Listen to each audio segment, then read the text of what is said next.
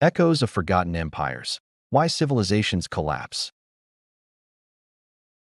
They were invincible, eternal, and untouchable until one day, everything changed and they fell. These were empires that stretched across continents, shaping cultures and defining our history. Rome has been around for over 1,000 years, and the Maya for 2,000. Can you believe that? It's wild to think about how these ancient cultures have shaped our world today. All gone. What force is powerful enough to erase entire civilizations from the earth? And more importantly, are we listening to its warnings? We live in cities made of glass and steel, shining bright under the sun. We think we've really moved beyond the ups and downs of the past. But you know what?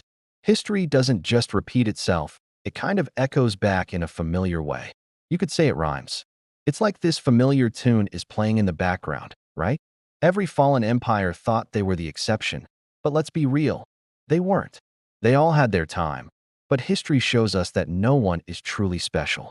In the next 15 minutes, we're diving deep to uncover the hidden pattern, the 5 deadly forces that pop up right before every major collapse.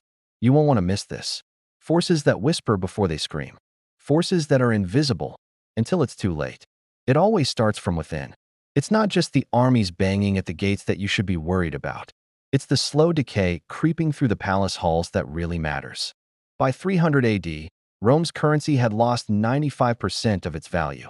While the rich were busy building fancy fortified villas, the poor were left starving. The Senate, once the beating heart of the Republic, turned into a wild mess of bribes and backstabbing. Can you believe it? Sound familiar? Corruption, inequality, institutional decay. The first cracks? Yeah, they're never on the outside, you know? They start deep inside. Internal decay is like that sneaky termite, quietly munching away at the foundation, you know? It's super subtle, and before you know it, everything starts to crumble. Next, every civilization makes a deal with its environment. And every civilization that breaks that deal pays the ultimate price. The Rapa Nui people of Easter Island cut down every single tree. Every single one. Without wood, they couldn't build boats to fish, and that's a big deal. Without forests, the soil eroded, making it tough to grow anything. Without those resources, the whole society just fell apart. It's wild how everything's connected, right? The last tree fell around 1650. Within decades, so did their civilization, the Maya. Imagine a century of drought turning their once thriving breadbasket into total dust. Their greatest cities, home to millions, were abandoned in less than a generation. We're conducting the same experiment, just faster. Sometimes, the final blow comes from outside, but it's only fatal because the patient was already sick. The Visigoths sacked Rome back in 410 AD, but let's be real, they weren't taking down a bustling empire. They knocked over a shadow of its former self. The real fall happened decades earlier, when Rome lost the ability to defend itself, to adapt, to unite. From the Bronze Age collapse to the Mongol conquests, external enemies don't create collapse. They exploit it. Pandemics, economic shocks, climate disasters. They reveal fractures we pretended weren't there. Then there's the fourth force. Power isn't taken. It's surrendered. When people stop believing in the system, that's when the whole thing starts to crumble, you know? The Soviet Union didn't just lose a war, it lost its credibility, and that's way more powerful. When folks stopped believing in the promises, that's when the gap between what we were told and what was real became a huge chasm.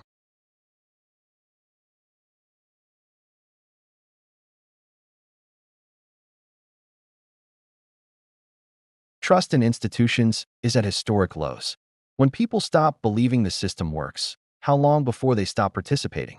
But here's what makes collapse truly catastrophic. These forces don't stay separate. They cascade. They multiply.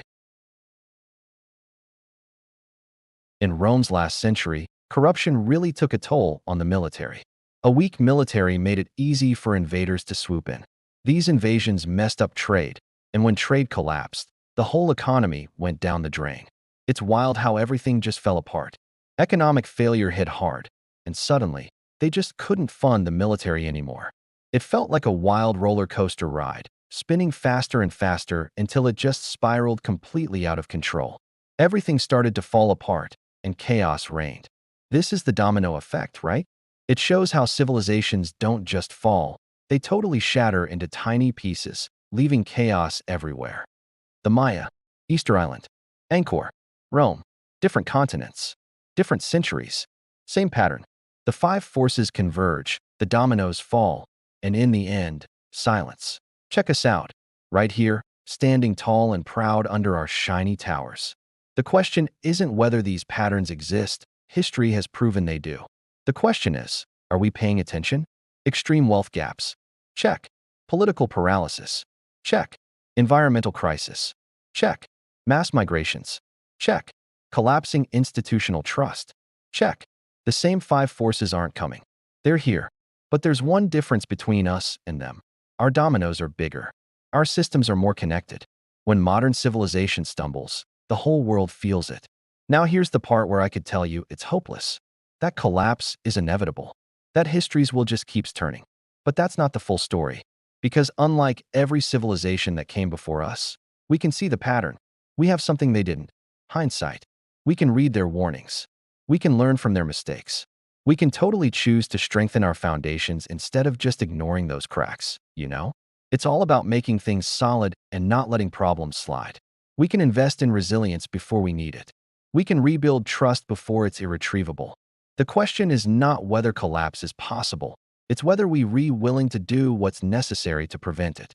This isn't about governments or leaders. It's about us.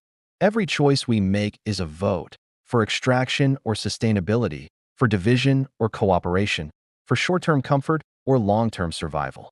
The empires we explored today left behind ruins. Cautionary tales carved in stone. They speak to us across centuries with a single message. They whisper, "We thought we were eternal too. We ignored the signs. We believed we were different. Don't make our mistake." The echoes of forgotten empires aren't just predictions. They're big warnings, you know? And warnings can totally be listened to. Thank you so much for watching.